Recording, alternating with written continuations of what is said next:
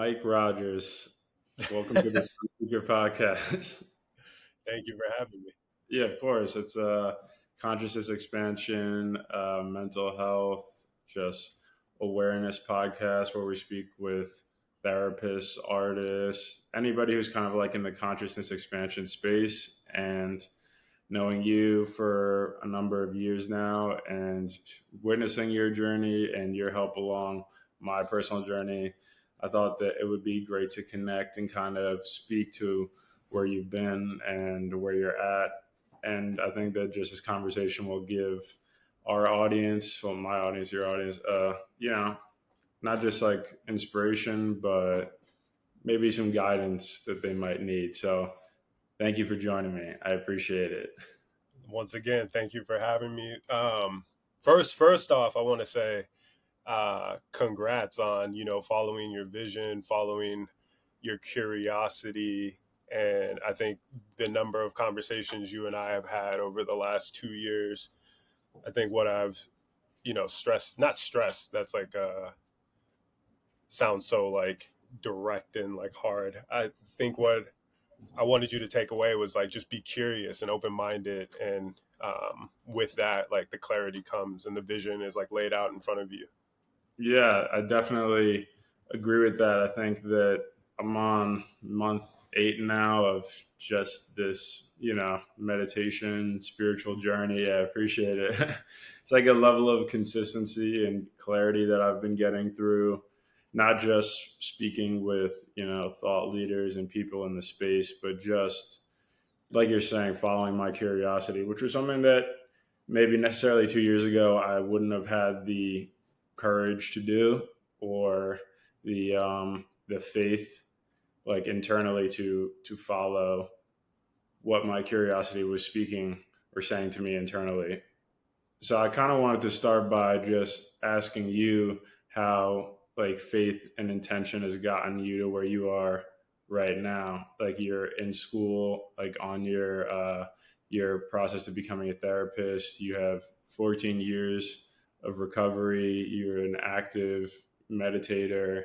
You are a photographer, and you are someone that's in the space of mentoring a lot of young men, which is, all of those acts of service. How do you think that intention and faith has allowed you to be who you are and do the work that you're doing? Um, I think faith. First off, faith is an action, and I didn't understand that. I thought faith was just like something that you acquire, and it's just a word, like a buzzword, Yeah. But I didn't understand that there was like action steps that precipitate like having this faith. And I think for me, over my journey of recovery in the last 14 years, this was not my plan, and thank God it wasn't my plan. My plan was just to get sober, stop using drugs, alcohol, all that good stuff, and then we'll see where the chips fall, sort of say. um, I think how faith shows up for me today and what it looks like for me today is just having the ability to just get out of my own way in moments. um, because I think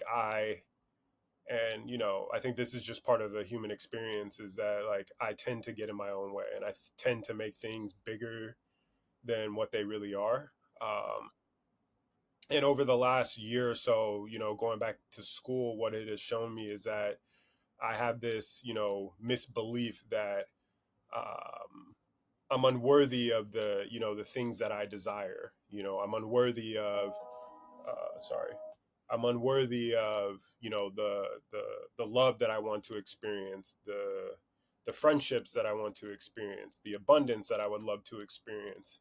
And what I've really, sat with in meditation is this sort of self-centeredness that shows up in like, oh, that's out of my league, or Mhm. like I can't achieve that, or you know that's too hard. And the reality is like, um, because I'm sober today, it gives me this ability to tap in and just take small little baby steps.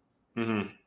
So when did you start meditating? Because I know within the 12 steps, meditation is a part of that. And I think that meditation looks differently for different people. Like it's kind of like more of a different people meditate in different ways. Like some people will just do breathing meditation, some people will do mantras, some people will, write things down, just in terms of intention setting and turning things over. And a lot of people just mix those things up, and it's really incumbent upon, the person, their where they're at in their life. So I guess, when did you start meditating, and how has your practice changed, from the point that you've started to where you are now? I started when I was in, I want to say year two. I went to a meeting and I heard this guy talk about meditation as far as like his, you know, 11 step practice.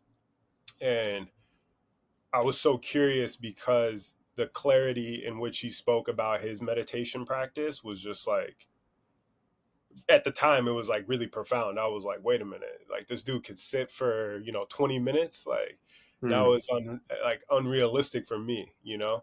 Uh, and I think it was just like, oh, I can't meditate. I can't sit still, another story I tell myself, another delusion that I buy into. Right.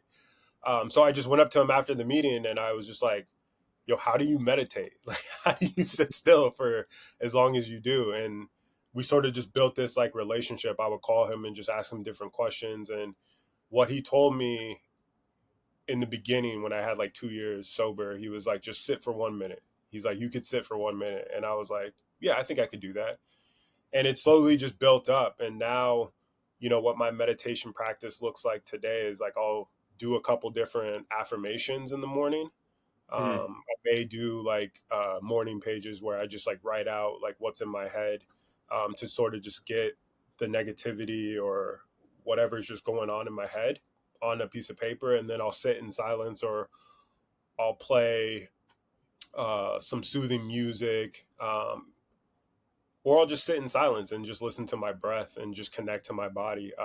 And my to answer your second question, my meditation practices have like changed over the years. I think at one point I was like really rigid about it. Like, oh, I have to sit for 20 minutes and I have to sit like with my legs crossed and I have to be intentional about everything. And I think over the years for me, what I've sort of seen is that like, I think it's just more for me, just the art of just sitting still, Hmm. My old sponsor used to tell me all the time, like, God can't hit a moving target. Um, and like I didn't want to hear that, like I want to be active, like moving around, coming up with ideas to like solve whatever discomfort I'm feeling. And I sort of tell friends, uh, meditation is a superpower, and like why I believe that is because it allows me to sit and get clear. And when I'm clear about what's going on with me, like I don't need the outside world or people to tell me what's going on. Hmm. Hmm. So another question that I was thinking about was just, I've seen some of your photography, and I think that, I mean, were you active, during the pandemic time with photography? Were you working? Okay, so what did your meditation practice look like during the pandemic in isolation? How did it kind of, I guess, affect your, maybe your artwork and your perspective of the way that you were, viewing the world at that point in time, and kind of how did those two things correlate or connect? I think the pandemic really showed the world that like, and especially me too, not especially me, but me, how uh the lack of control I really have, you know, like, like this idea that like I have ultimate control over my life and like the world. I think we saw that very clearly in, 2020, 2021, 2022. And my meditation, thank God for meditation because it allowed me to like sit still and just see that like, oh, the pandemic or these ideas that things are happening to me specifically was like not true, Mhm. and that's another blessing of meditation is that I get to see the truth of what's going on in my life. And then also like my photography, like I got to go, like I didn't leave New York. I was here from the rip of the pandemic through like the whole thing. So like I remember walking down Canal Street in the middle of the street. There was no cars, there was nobody. I think just not growing up in New York, it was a beautiful time because I got to see New York in a different perspective, where this city is like full of people all the time. And then this like global event that was taking place, like everybody just like picked up and left. They were just like, nah, I'm good. Like, I'm out of here. So, like, just being on the train by myself, that was sort of meditative because it was just me. It was just me and the noises of the city, or lack thereof of the noises of the city. So I got to see New York through a different perspective. I got to sit with a lot of discomfort, as a lot of us did, um, and that was just a unique, interesting experience that I will never forget. Hmm.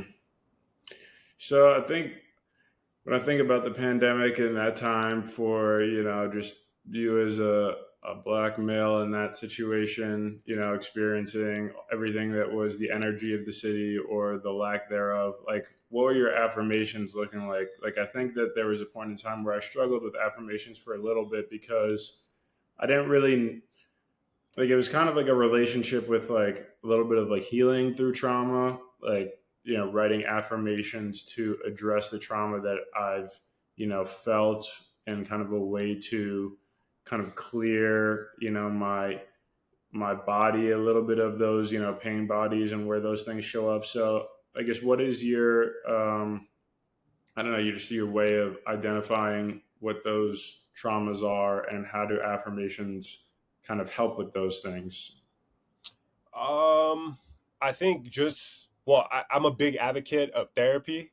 Like I Mm, think we've talked a lot about therapy, and especially being black men in America, just having that space of 45 minutes to an hour where you get to talk your shit and like just heal and actually give space to like the hurt, whether it's individual or a collective. Whether it's just growing up in America. I think uh, growing up black in America, there's no way, in my opinion, not to experience some level of like trauma, right?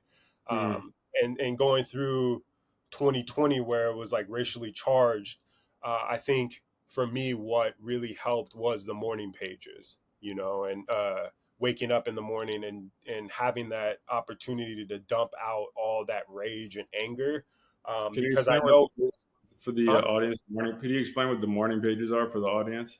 So there's this book called The Artist's Way, and it's by Julia Cameron.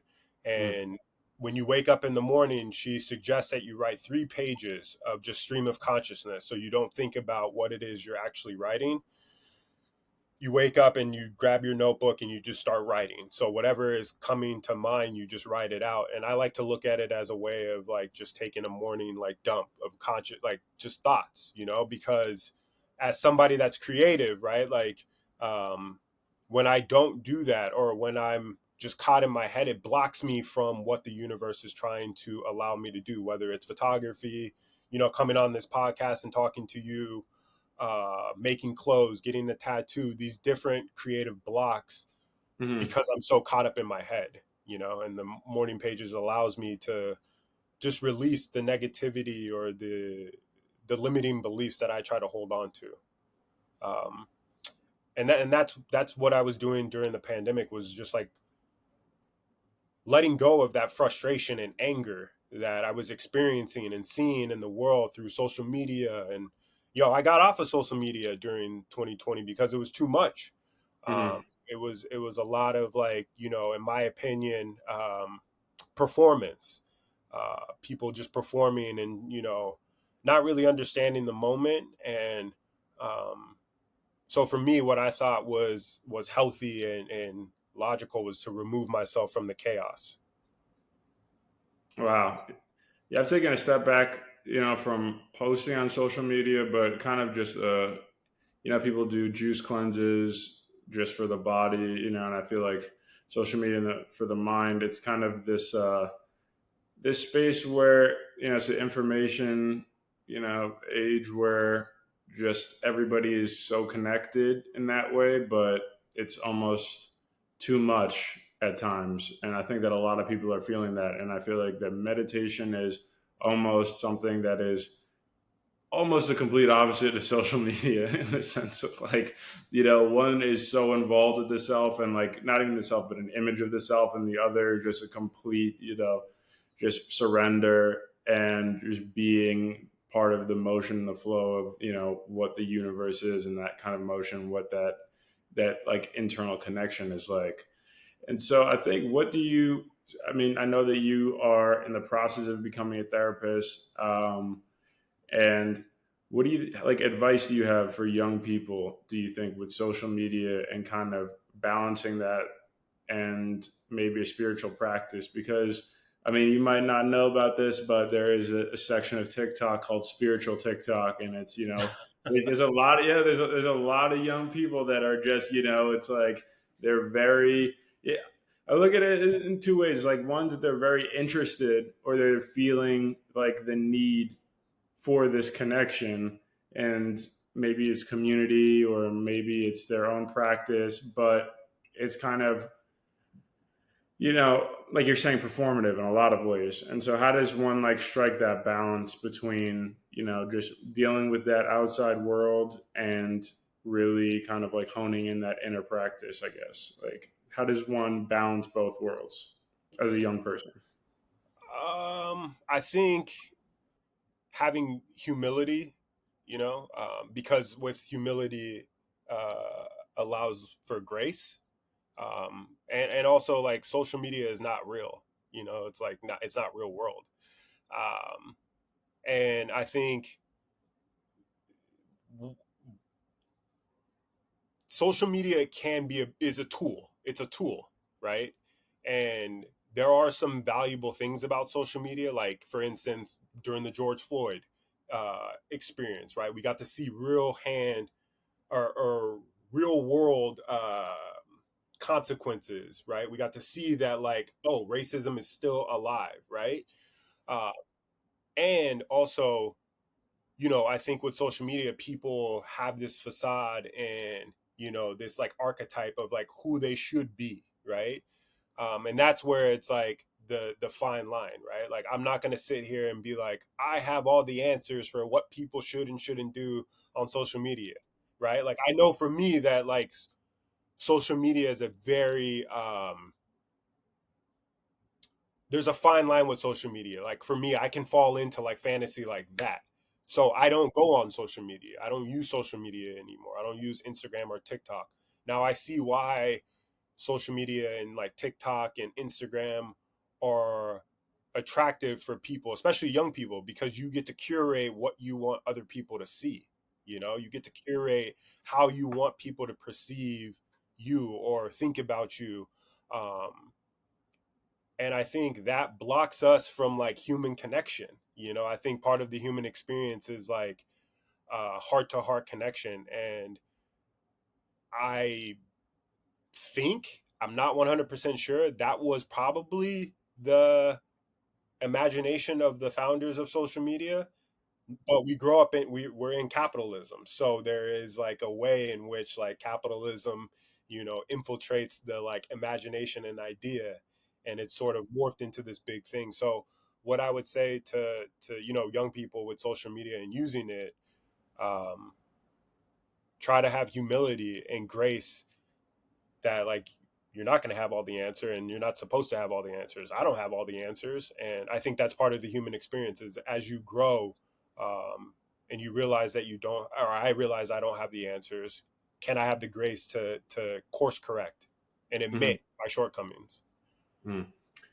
So those are great points. You've been in recovery for 14 years, so you have sponsees, and so how have you, I know meditation has been a big part of your life. Have you seen meditation kind of help some of your, sponsees, like through their whole process? Like, have you seen kind of like any change through that? Because the overarching feeling that I have is that, like, what's really great about sponsorship, and what a lot of young people feel that they're missing, is almost like that kind of connection that is almost like mentorship in ways, in the sense that it's like this relationship that one can have, and where therapy is more or just as important. I think that level of connection that you can have with a therapist, right? There's, a little bit of like a limit, and there's a limit to kind of like sponsorship as well. But I think that having the ability to like speak about your meditative practice and to learn from someone like yourself and to just kind of have that like open line of, communication is something that's like really special. So have you seen kind of like a real shift and change in some of the people that you've sponsored through meditation or other kind of like spiritual means? Absolutely. I mean, 9 times out of 10, my sponsees, the answer I'm going to give them is bring that into meditation. Mm, Go sit still. And 9 times out of 10, they're like, I don't want to hear that. Right. right. But why I suggest that is because, and this is something I had to learn, like I'm looking outside of myself for an answer, and all the answers are deep down within, right? The problem is like I don't want to sit still. I have this desire to all I have this desire to look outside of myself for an answer, for a solution, uh for this like quick fix, right? Like if I get the like, if I get the sneakers, if I get the right tattoo, if I get the right girlfriend, if I get the right career, the right amount of money, right? Those are things outside of myself, right? So when I tell my sponsees like, "Yo, sit still," the answers are right there. It says this in the book, right? We are sure the universe wants us to live happy, joyous, and free, right? Like in my mind, when I'm not sitting still and my mind is busy, I can easily read that as like, we are sure the universe wants you to be depressed, miserable, and lonely, right? And no, it doesn't say that, right? So when I tell my sponsees or friends, like, yo, sit still, the answers you're looking for are already within you. Like, I don't have to tell you anything. In fact, like, you shouldn't want me to tell you anything. The reason the steps and, meditation and these spiritual people, um, what they're saying to us is that, like, we have all the answers. We are an extension of the universe. The problem is I start picking up these like concepts and constructs from the larger world, and I start taking actions from those constructs and ideas and beliefs, and I start to feel discomfort, and I try to convince myself, oh, it can't be easy. Like, yo, you're a perfect example of your question you just asked me. Mm, Every time you and I got on the phone, I would be like, yo, sit still. mm, And as a result of you sitting still and taking action, it had nothing to do with me, right? right.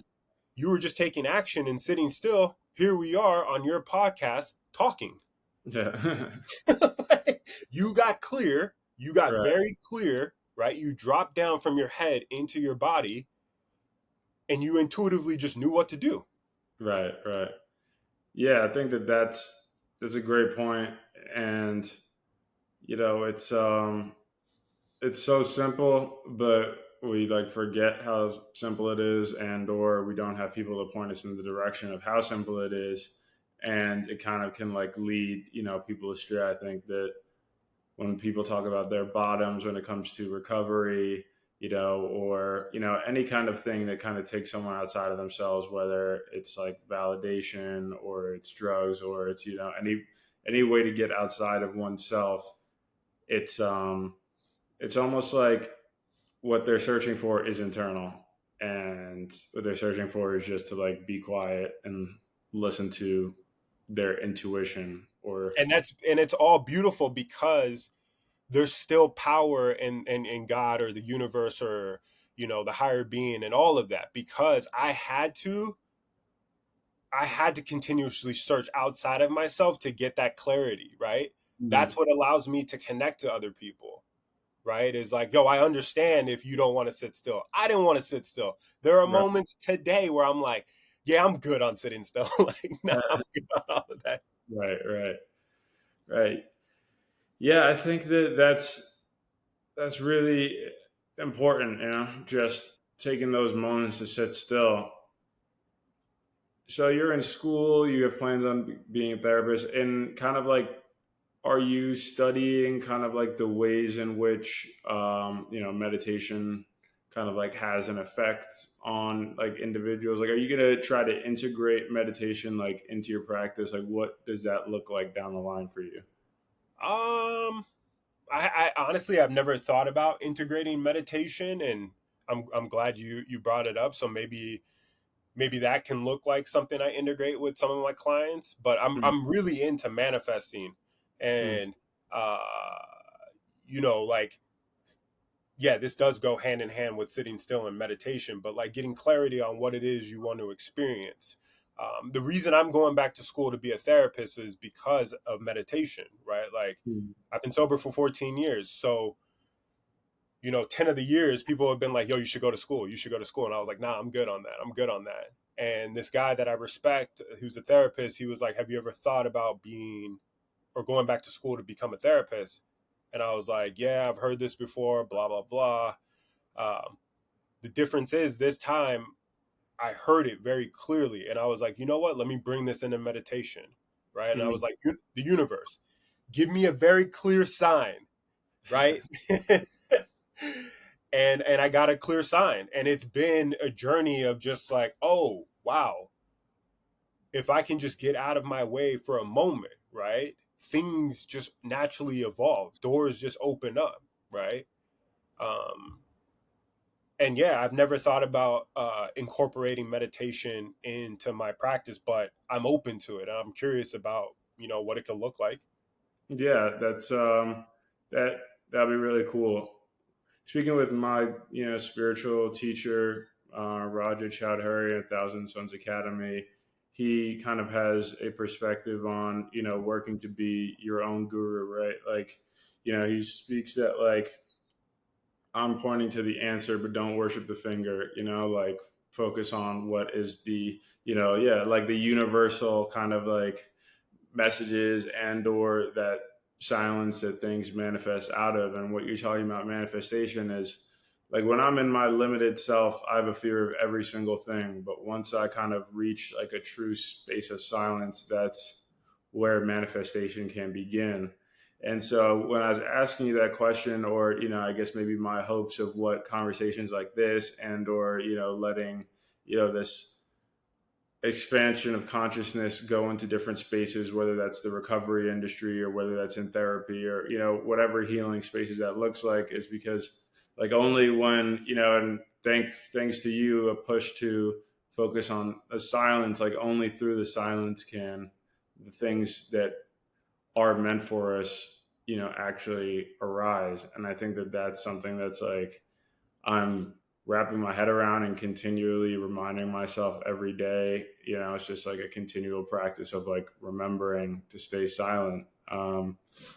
Just, I guess one, last question, that I have is how do young people or just, like young adults find like consciousness in the chaos or almost silence in the chaos? Like we both live in New York City, and it's like how does one just take a couple of minutes to ground oneself and center oneself and Um, all that.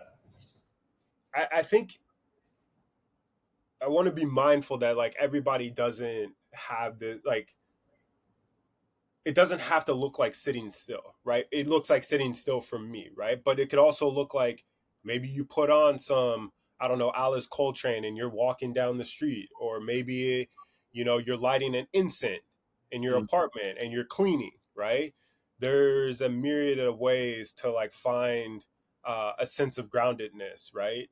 Um, and I think what I want to like stress to people or like offer people is like, what does it feel like for you? Right? Just because it looks like me sitting still doesn't mean that has to look like that for you. What looks and feels most authentic to you? What's gonna have you coming back to meditation? What's gonna have you coming back with curiosity to expand?